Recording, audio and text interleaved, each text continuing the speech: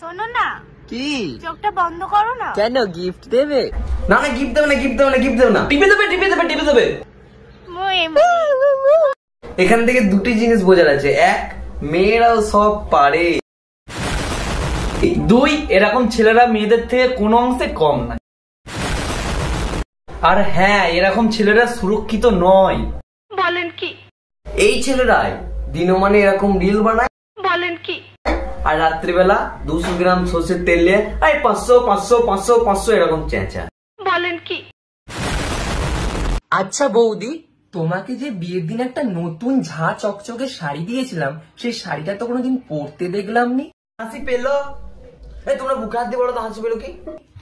আর বলনি ঠাকুরপো, দুদিন ধরে ঠিকঠাক করে তোমার দাদা আমাকে ব্লাউজই পরতে দেয়নি।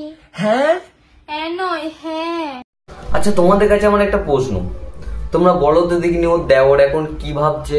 দাদা এখন কেন বাড়িতে নেই? কারেক্ট।